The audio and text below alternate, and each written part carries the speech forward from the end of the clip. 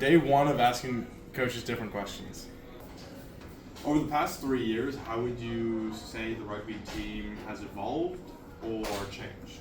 Well, the biggest difference is we jumped up from a rugby sevens league into the top like AAA rugby 15. So we went from being kind of like a startup program, playing other schools that were in their first year or two, to jumping up to the highest level of competition in the province. And it was a pretty big success. Like we consciously modeled ourselves after the top programs. We tried to see what other teams were doing well. And in our first year, we went undefeated in a regular season, won our conference, and we lost in the semifinals to a team that's won the championship like 14 times. So good start, but we're trying to build from there. Okay. And what would you change for the future? Oh, changing for the future. That is currently my main topic of thought. As well, we got even closer last year. We went from semis in year one to the finals last year, but we still came up short 11-0 against the same team. And now we're looking for any little added advantage, any added value we can do. Small tweaks. We don't want to throw out the whole formula because it didn't get us to the finals last year. But you want to make it so that those games aren't close, right? So that you have enough advantages stacked in your corner that it almost feels unfair on game day. All right. Second question: what advice would you give to someone freshly going out into the real world? Well, this probably sounds contradictory, but don't make your decisions based on sports. Okay?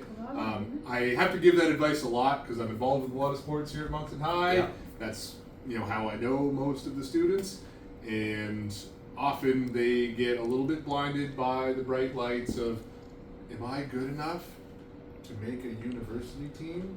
Or am I good enough to impress this coach? And while it's great to push yourself and be competitive in those respects, that's never going to pay the bills. And when you prioritize your athletic career over your potential financial earnings and actual career that you'll be doing for multiple decades, often you end up with a few regrets. So pursuing athletics after high school, awesome.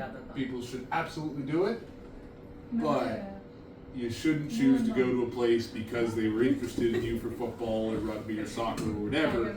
If you're not interested in that program that they're offering there for school, and you shouldn't pass up other opportunities just because you might make a team somewhere. So I do get a lot of student athletes that forget about the student part and focus on the athlete part, because realistically there isn't a lot of money in sports in Canada. So often they get a little bit blinded by stories of professional players from the States making a ton of money, and that doesn't typically happen to people living in New Brunswick. There are other exceptions, but even there, it's they still had a second job while they were playing in the CFL, right? So making your decisions based on what you want to study and the jobs you want to do, rather than can I get a few extra years of sports? Right? All right, the last question: what potential did you see in me when you first met me?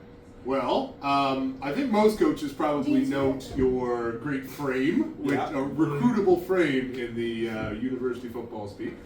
Because a lot of guys will struggle to grow as much as you have in only a few years of high school. But we do get other guys. What I've noticed about you is your optimistic, can-do attitude. You like challenges. You like taking on new things. You like learning. Whereas sometimes athletes just try to play to their strengths and don't like trying new things. And it's a hit to their ego when they try something they're not good at it.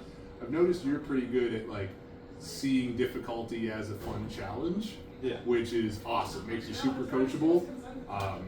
That was my first impression. It was who's that big guy? And I like this big guy. He seems quite coachable.